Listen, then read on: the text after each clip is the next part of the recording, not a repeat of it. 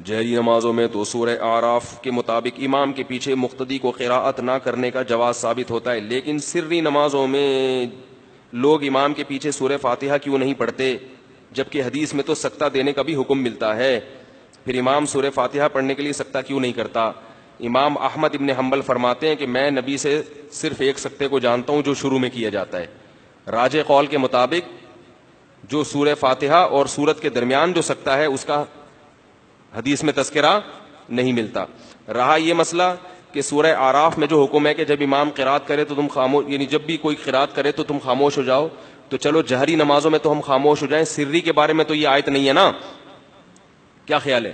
تو میں نے پہلے بتایا تھا کہ سری کے بارے میں صحیح حدیث ہے، رسول اللہ صلی اللہ علیہ وسلم نے ارشاد فرمایا من کان لہ امام فقراءۃ الامام لہ قراءہ، جس شخص کا کوئی امام ہو تو امام کی قراءت مقتدی کے لیے کافی ہے۔ تو یہ حدیث جہری کو بھی شامل ہے اور سری کو بھی، اور ناصر الدین البانی رحمہ اللہ جو اہل حدیث عالم تھے، سلفی تھے، انہوں نے بھی اس حدیث کو صحیح قرار دیا ہے۔ سمجھ رہے ہو؟ دوسری حدیث کہ دوسری ایک بات یہ کہ جو حضرات یہ کہتے ہیں کہ حدیث میں آتا ہے کہ لا صلاۃ لمن لم یقرأ بفاتحۃ الکتاب، جو شخص سورہ فاتحہ نہیں پڑھتا اس کی نماز نہیں ہوتی، یہ ہے نا حدیث میں۔ تو یاد رکھو پوری حدیث یہ نہیں ہے، پوری حدیث میں صحیح مسلم میں ہے من لم یقرأ بفاتحۃ الکتاب فصاعدا، جو سورہ فاتحہ پلس آگے سورت نہیں ملاتا اس کی نماز بولو بھائی نہیں ہوتی۔ پوری حدیث یوں ہے۔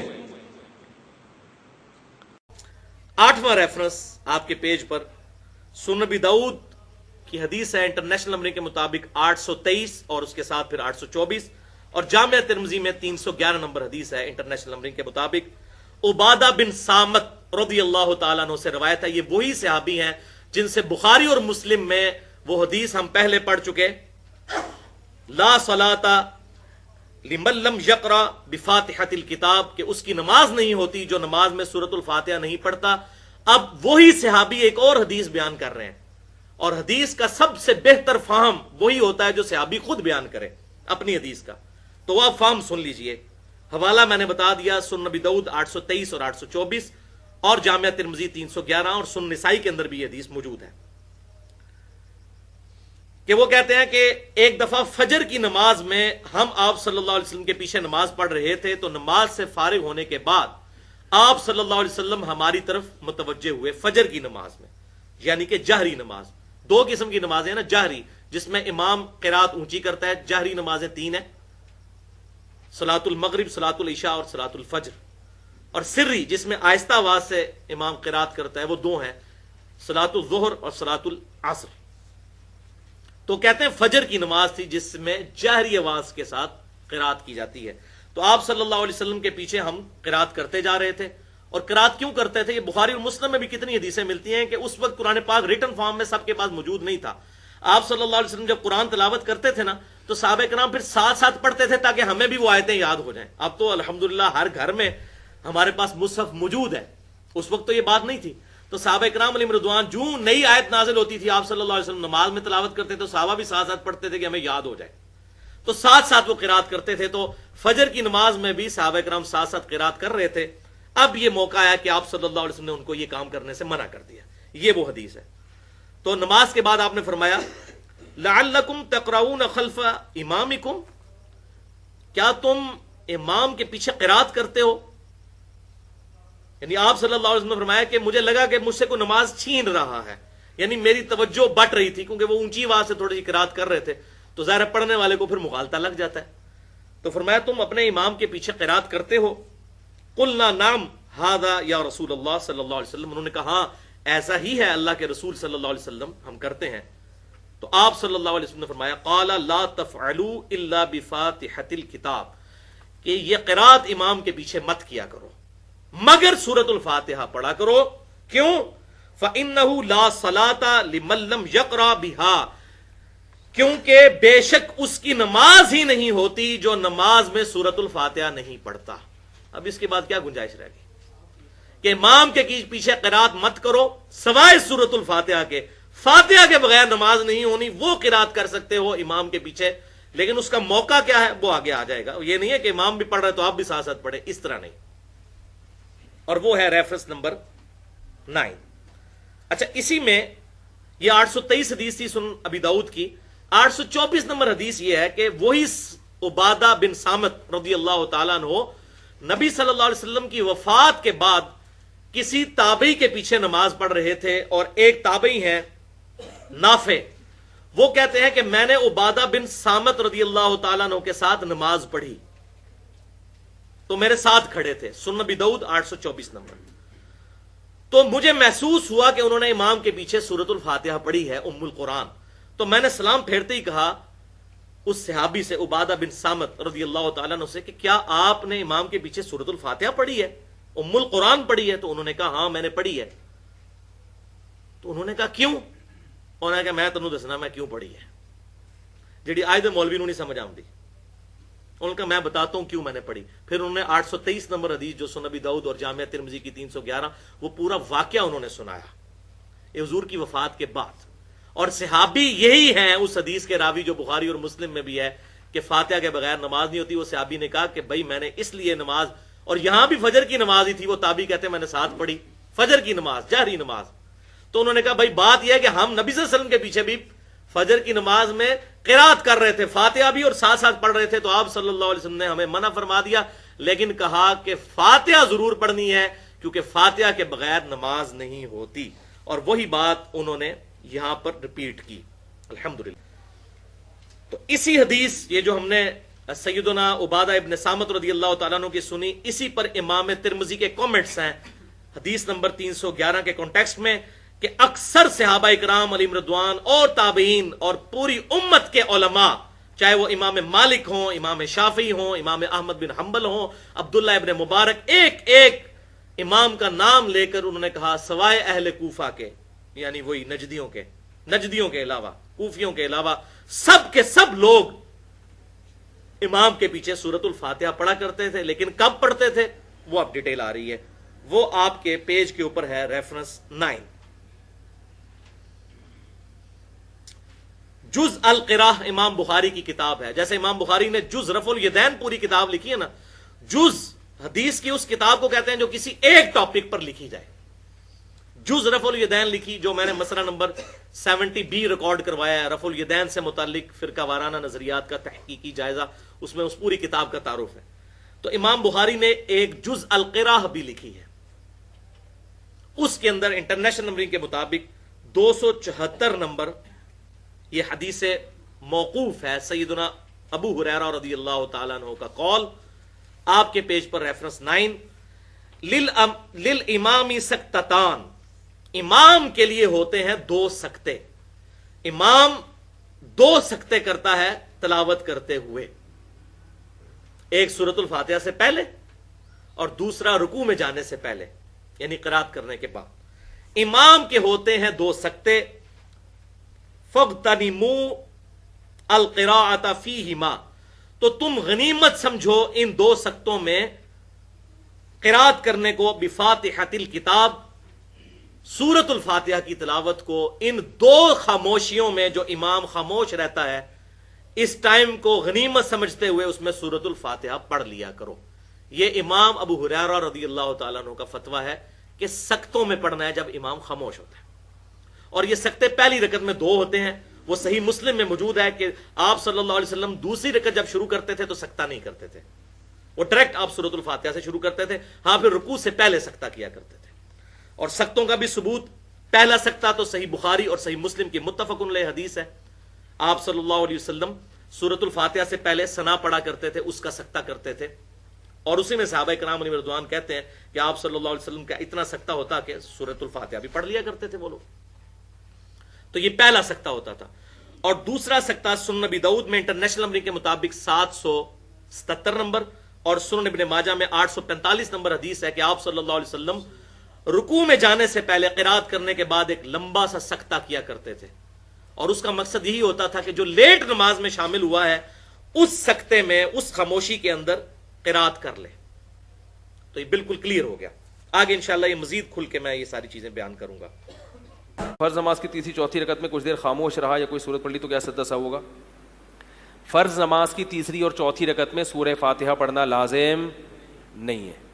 ایک دن میں نے مسئلہ بیان کیا, ایک صاحب مجھ سے الجھ گئے, کہہ رہے ہیں حدیث میں تو آتا ہے جو فاتحہ نہیں پڑھتا اس کی نماز نہیں ہوتی. آپ کہہ رہے تھے, میں نے کہا حدیث میں یہ نہیں آتا کہ ہر رکعت میں جو فاتحہ نہیں پڑھتا اس کی نماز نہیں ہوتی. حدیث میں آتا ہے جو نماز میں فاتحہ نہیں پڑھتا اس کی نماز نہیں ہوتی. اسی وجہ سے امام مالک کا مذہب یہ ہے کہ ایک رکعت میں بھی سورہ فاتحہ پڑھ لی تو باقی رکعتوں میں لازم نہیں ہے, کیونکہ نماز میں فاتحہ ہو گئی, رکعت کا نہیں ہے. اور عبداللہ ابن مسعود رضی اللہ تعالیٰ عنہ سے مروی ہے کہ فرض کی تیسری اور چوتھی رکعت دعا ہے, انما ہوا الدعاء, کہ وہ کیا ہے, صرف ادھر توجہ رکھیں, وہ صرف کیا ہے. تو عبداللہ ابن مسعود رضی اللہ تعالیٰ عنہ بہت بڑے فقیہ تھے, ان کا فتویٰ ہمارے لیے دلیل کے طور پر کافی, وہ نبی کی نمازوں کو ہم سے زیادہ جانتے تھے. تو ہر رکعت میں سورہ فاتحہ پڑھنا لازم, فرائض کی ہر رکعت میں لازم نہیں. اور الزامی جواب, اگر آپ کہتے ہو کہ ہر رکعت میں سورہ فاتحہ پڑھنا لازم ہے اس لیے کہ حدیث میں آتا ہے کہ جو فاتحہ نہیں پڑھتا اس کی نماز نہیں ہے, تو صحیح مسلم میں پوری حدیث یوں ہے جو فاتحہ نہیں پڑھتا پلس اس کے ساتھ قرات نہیں کرتا اس کی نماز نہیں ہے. تو پھر آپ تیسری چوتھی رکعت میں قرات کو بھی لازم قرار دیں. بات آ رہی ہے سمجھ میں؟ اور جس بیس پر آپ نے امام کے پیچھے فاتحہ کو واجب قرار دیا تو اسی حدیث کی بیس پر پھر امام کے پیچھے فاتحہ کے ساتھ تلاوت بھی, بولو بھائی, واجب ہو جائے, کیونکہ حدیث میں کیا آ رہا ہے جو فاتحہ نہیں پڑھتا اور اس کے ساتھ تلاوت نہیں کرتا اس کی نماز نہیں ہوتی. اور بلکہ سنن ابن ماجہ میں انٹرنیشنل نمبر کے مطابق 843 نمبر حدیث ہے کہ جابر بن عبداللہ رضی اللہ تعالی عنہما ظہر اور عصر کی نمازوں میں امام کے پیچھے سورۃ الفاتحہ کے ساتھ سورت بھی ملایا کرتے تھے, اور وہ کہتے ہیں کہ ہم نبی صلی اللہ علیہ وسلم کے پیچھے سورۃ الفاتحہ کے ساتھ سورت بھی ملایا کرتے تھے ظہر اور عصر کی نماز کے اندر, کیونکہ اب بہانا ہی کوئی نہیں نا, امام کی قرات تو سننی کوئی نہیں ہے, تو فاتحہ تو پڑھنی ساتھ سورت بھی ملاتے تھے, اور آخری 2 رکعتوں میں ہم صرف سورۃ الفاتحہ پڑھ لیا کرتے تھے.